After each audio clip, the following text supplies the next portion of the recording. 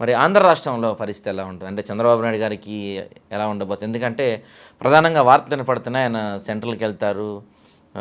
ఉప ప్రధాని గాని, లేకపోతే ఉపరాష్ట్రపతి గాని అవుతారు. రాష్ట్రానికి లోకేష్ ముఖ్యమంత్రి అవుతాడు. ఇలా రకరకాల వార్తలు వినపడుతున్నాయి. సో, ఎంతవరకు జరిగే అవకాశం? అంటే ఇక్కడ ప్రస్తుతం మన ఆంధ్రప్రదేశ్లో ఎన్నికల వాతావరణం లేదు. హ్మ్. స్థానిక సంస్థల ఎన్నికలను వాయిదా వేసుకున్నారు. హ్మ్. సహజం. చంద్రబాబు నాయుడు గారు లోకల్ బాడీ ఎలక్షన్కి వెళ్తారనేది ప్రతి సంవత్సరం ఎప్పుడు కూడాను షెడ్యూల్ ప్రకారం ఆయన వెళ్ళడు. హ్మ్. తన షెడ్యూల్ ప్రకారం. సో ఆయన అది రాజకీయ చతురత అయింది. హ్మ్. హ్మ్. అయితే ఇక్కడ ప్రధాన సమస్యగా ఉంటుంది ఏంటంటే లోకేష్ని ముఖ్యమంత్రిని చేయడం అనేటువంటిది తక్షణ కర్తవ్యం ఆయనకి. హ్మ్. అంటే మార్పులు అనేటువంటిది అధికార మార్పు, పదవి మార్పు అనేటువంటిది చంద్రబాబు నాయుడు జాతకంలో గోచరిస్తుంది. ఓకే.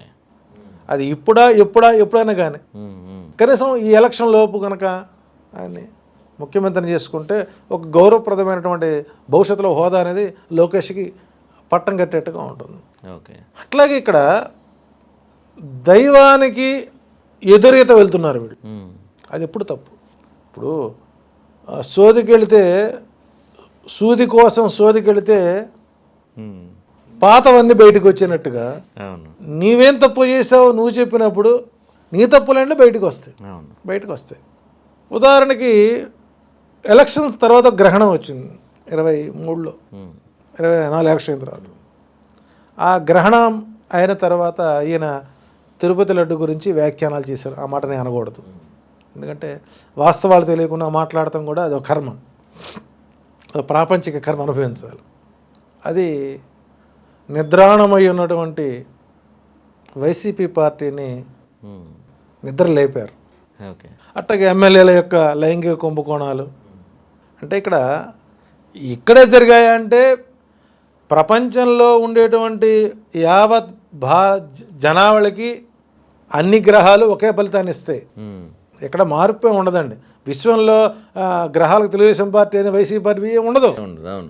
ఆ సమయంలో ఉండేటువంటి షష్టగ్రహ కూటమి, పంచగ్రహ కుజగ్రహ కూటమి ప్రభావం రాష్ట్ర రాజకీయ నాయకులపై ఎలాంటి ప్రభావాలు చూపుతాయి అనేది పొలిటికల్ ఆస్ట్రాలజీ అనేది ఉంది.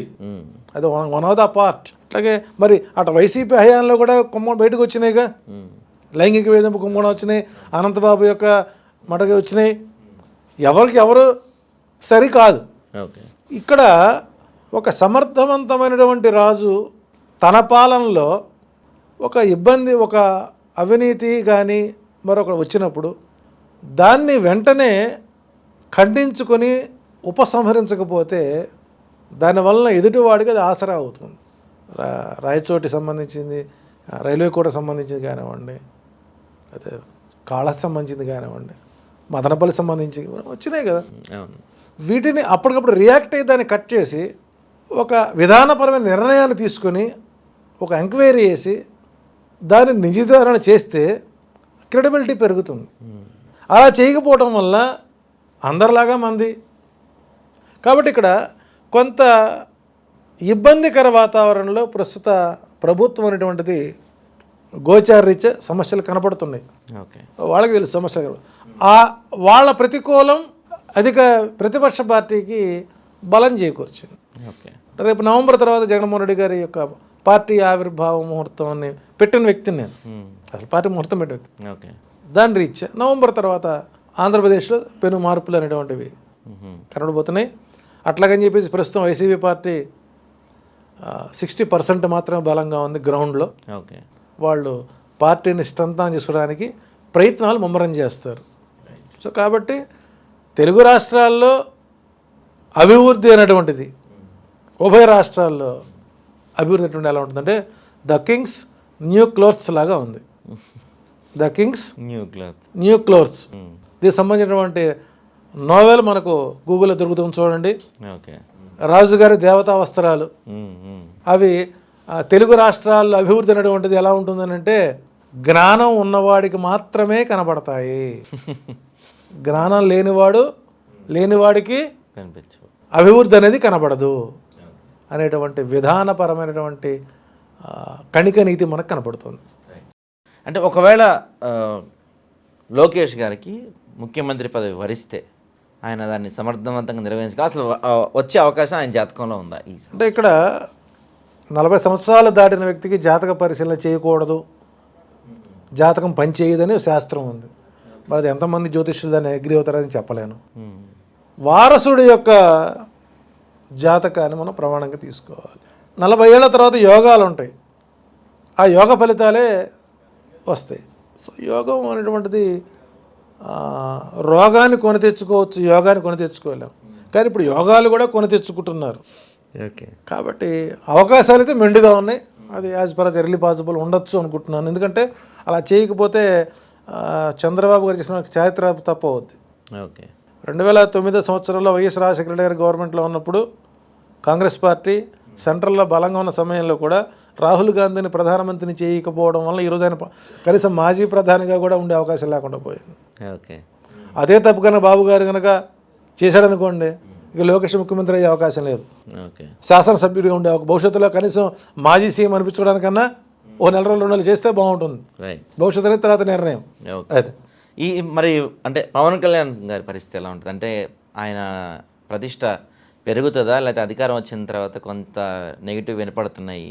అంటే ఇప్పుడు సహజంగా ఏంటంటే అధికారంలోకి రాకముందు చేసేటువంటి వాగ్దానాలు, అధికారంలోకి వచ్చాక మాట్లాడే విధానాలు, విధానపరమైన నిర్ణయాలు ప్రపంచంలో రాజకీయ నాయకులు నిజం చెబుతారు అని నేను అనుకోవటం లేదు. ఓకే. కానీ జగన్మోహన్ రెడ్డి అనేటువంటి వ్యక్తి అబద్ధం చెప్పడం చేత కానివాడు అని చెప్పాను. తాను పెరిగిన వాతావరణం, తాను ఎంచుకున్నటువంటి నిర్ణయాలు, తన విధానపరమైన ఆలోచనలు, చెప్పింది చేయాలి, చెప్పంది కూడా చేయాలి అనే విధానం. కాబట్టి జగన్మోహన్ రెడ్డి అబద్ధం చెప్పడం చేత కానీ పరమమూర్ఖుడు. అందువల్లనే ప్రతిపక్ష పార్టీలో కూర్చోవాల్సిన పరిస్థితి వచ్చింది.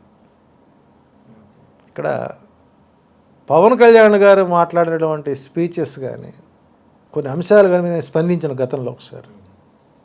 దానివల్ల ఏదో చేస్తాడనుకుంటే మరొకటి జరిగింది. ఈ రోజున కేవలం తన ఆర్థికపరమైనటువంటి విధానాలు పెంచుకోవడం, హోదా దర్పం అనుభవిస్తున్నాడు. మనకు దుర్యోధనుడితో రాయభారం చేయడానికి బలరాముడిని పంపించే ప్రయత్నం చేశారు సందర్భంలో. వెంటనే దుర్యోధనుడు ఏం చేశాడు, బలరాముడికి ఏవి ఇష్టమో అవన్నీ ఏర్పాటు చేసేసాడు. శత్రువు వస్తున్నప్పుడు ఎదురుగా వెళ్ళి స్వాగతం చెప్పి సత్కారాలు చేసి అతనికి ఏం కావాలో నెరవేర్చి ఆ వచ్చే వ్యక్తికి స్వాంతన కలిగించి మనపైన వ్యతిరేకత కలగకుండా ఉండే విధంగా చూడడం రాజనీతి ఒకటి ఉంది.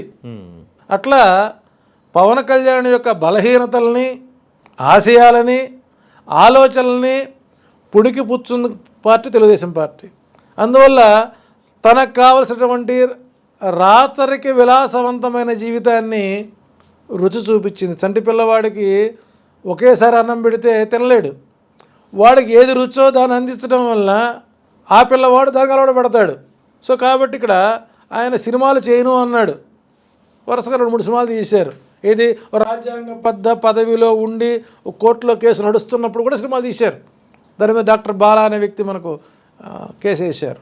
అట్లాగే నెలసరి తలసరి ఆదాయం, ప్రత్యేకమైనటువంటి సెక్యూరిటీ, ప్రత్యేకమైన ఫ్లైట్, ఇవన్నీ ఆయన నటుడు వస్తాయా?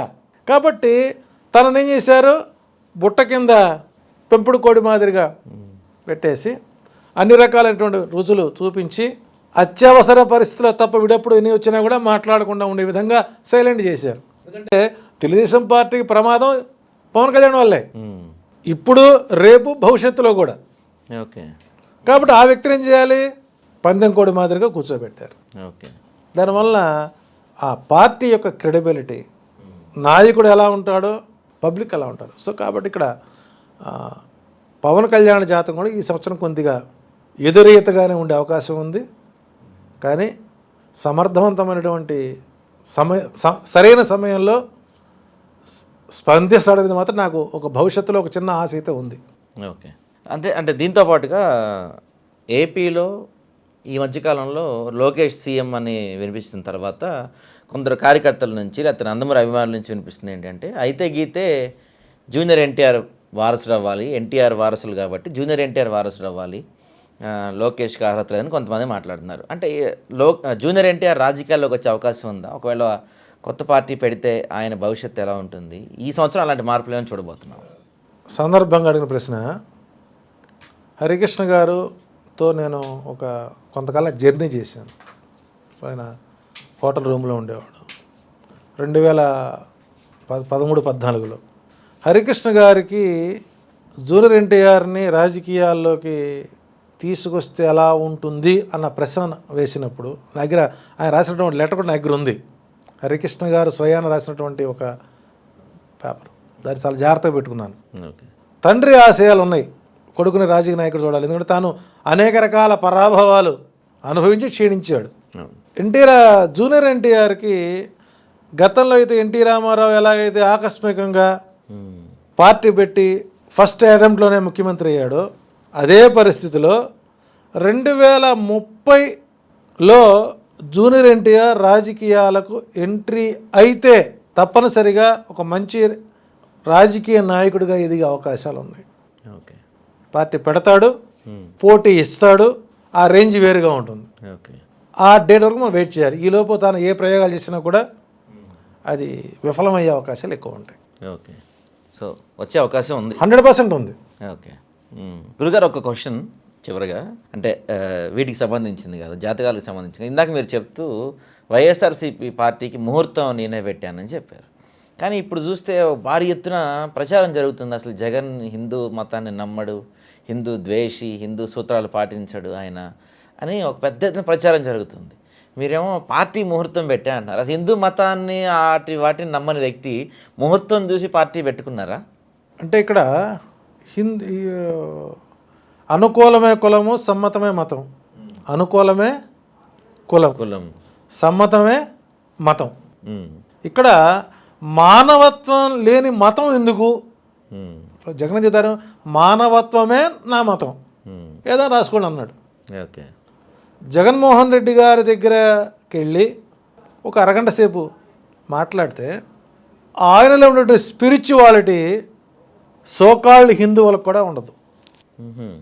ఈ మధ్యకాలం మనకు అనేక మంది సన్నాసులు కలిసి మనకు ఈ లడ్డు మీద ఓ రౌండ్ టేబుల్ సమావేశం, పెయిడ్ రౌండ్ టేబుల్ ప్రోగ్రాం పెట్టారు. Okay, paid round table programme పెట్టారు. అది పెయిడ్ ప్రోగ్రామే 100%. వాళ్ళతో మేము జగన్ సార్ని కూర్చోబెడతాం. ఓకే, జగన్ సారు రామాయణ, భారత, భాగవత ఇతిహాస ప్రబంధాలపై ఆయన స్పీచ్ ఇప్పిస్తాం. మరి సోకాల్డ్ స్వామీజీలు స్పీచ్లు ఇస్తారా? జగన్మోహన్ రెడ్డి అనేటువంటి వ్యక్తి కణిక రాజనీతి కలిగిన వాడు. సోకాల్డ్ ఈరోజు ఉన్నటువంటి రాజకీయ నాయకులకు కణిక అనే పేరు తెలియదు. కణిక నీతి కలిగిన వాడు. కణికుడు ఎవరు? ధృతరాష్ట్రుడికి రాజ్యాన్ని ఎలా పరిపాలించాలో ధార్మిక రాజనీతి సూత్రాలు చెప్పినవాడు. మనకు మహాభారతంలో ఉంది. అలాంటి కణికుడి స్థానంలో కూర్చొని అసెంబ్లీలో జరిగేటువంటి ప్రతి అంశాన్ని అక్కడ మాట్లాడనిచ్చేటువంటి అవకాశం లేదు కాబట్టి ప్రెస్ మీట్ ద్వారా 4-5 గంటల పాటు చెబుతూ ఎలా పరిపాలించాలో నేర్పినటువంటి అభినవ కలియుగ కణికుడు ఎవరన్నా ఉన్నారు అంటే అది జగన్మోహన్ రెడ్డి, అందులో సందేహం లేదు. ఇప్పుడు ఇది కనుక మీరు వైరల్ చేయగలిగితే అసలు ఈ కణికుడి గురించి ఆలోచిస్తారు. కణికుడు చెప్పిన సూత్రాలనే ఆయన పాటిస్తున్నాడు. రెండవది, ఆయన ఇంట్లో ఏ ప్రార్థన చేసుకోనండి, మిగిలినటువంటి అన్ని సాంప్రదాయాలని పాటిస్తున్నారుగా. నీ మతాన్ని ప్రేమించు, నీ మతాన్ని విశ్వసించు, పరమతాన్ని ప్రేమించు ఉంది కదా. కాబట్టి ఇక్కడ మానవత్వమే జగన్మోహన్ రెడ్డి యొక్క అభిమతం.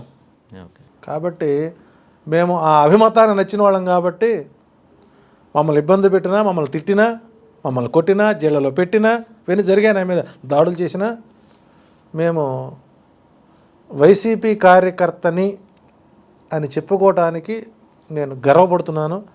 మేము ఒకే పార్టీ జెండాను మోసాం కాబట్టి, ఓకే మోస్తాం. ఓకే చివరికి నా శవం మీద కూడా చివరికి వైసీపీ జెండానే ఉండాలని ప్రగాఢంగా ఉన్నాం. ఓకే రాజకీయం వేరు, వ్యవస్థ వేరు. ఇప్పుడు నేను ఒక వీడియో చేస్తే ఆమె మా వాళ్ళే నాకు ఫోన్ చేశారు, మీరు ఎందుకు మాట్లాడుతున్నారని. జ్యోతిష్య ప్రకారంగా చెప్పే విధానం ఒక రకంగా ఉంటుంది, రాజకీయంగా మారే విధానం ఒకటి ఉంటుంది. ఓకే సో లోకేష్ ముఖ్యమంత్రి కావడం ఎంతైనా అవసరం ఇప్పుడు. అది నా శాస్త్ర ప్రకారం చెప్పిన అంశం. ఓకే ఆ తర్వాత ఆలోచన తర్వాత. కాబట్టి జగన్మోహన్ రెడ్డి అనేటువంటి వ్యక్తి హిందూ మత వ్యతిరేక అయితే కాదు, రైట్ ఇది కాదు. హిందూ మతాన్ని ప్రేమించే వ్యక్తే. ఉగాది వేడుకలు చేసుకోలేదా, శ్రీరామనవమి పండుగ చేసుకోలేదా, సంక్రాంతి పండుగ చేసుకోలేదా? మరి హిందూ మతం కానప్పుడు మరి ముఖ్యమంత్రులు ఎందుకు చర్చిలకు వెళ్తున్నారు? అంటే నువ్వు చర్చికి వెళ్ళి ప్రార్థన చేస్తే నువ్వు క్రైస్తవుడివా? చర్చికి వెళ్ళి రంజాన్ సమయంలో నువ్వు మసీదుకి వెళ్ళి ప్రార్థన చేస్తే నువ్వు ముస్లింవా? రైట్ పోనీ కేవలం ఈ మతాల ప్రకారం ఓట్లు జరుగుతున్నాయా? రాజుకి అన్ని మతాలు కావాలి, అన్ని కులాలు కావాలి, అన్ని వర్గాలు కావాలి. కాబట్టి రాజ్యాంగబద్ధ పదవిలో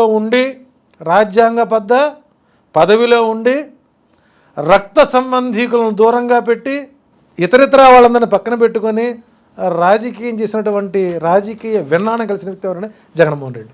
రైట్ షర్మిలకి పదవి ఇచ్చినట్టయితే ఈ సమస్య ఉండేది కాదుగా. అదే షర్మిలకి పదవి ఇచ్చినట్టయితే ప్రతిపక్షాలు ఏమనేవండి, అదిగో చెల్లెలకి పదవి ఇచ్చాడు, ఈ టెండర్లు ఇచ్చారనేవాళ్ళు. కాబట్టి ఆయన రాజ్యాంగ పదవి రోజున ఏ ప్రమాణం చేశాడో నాకు కానీ నా వారలకు కానీ తెలిసిన విషయాన్ని రహస్యంగా ఉంచుతానని ప్రమాణం చేశారు. మరి ఆ ప్రమాణాన్ని ఉల్లంఘించిన వ్యక్తి ఎవరు, ఉల్లంఘిస్తున్న వ్యక్తి ఎవరు, ఉల్లంఘన చేయని వ్యక్తి ఎవరు? రైట్ సో కాబట్టి జగన్మోహన్ రెడ్డి మతం మానవత్వమే ఆయన మతం. సోకాళ్ళు ఎవరైతే ఉన్నారో వాళ్ళందరూ కూడా జగన్మోహన్ రెడ్డి వ్యాఖ్యల ముందు బలాదూర్. Right thank you.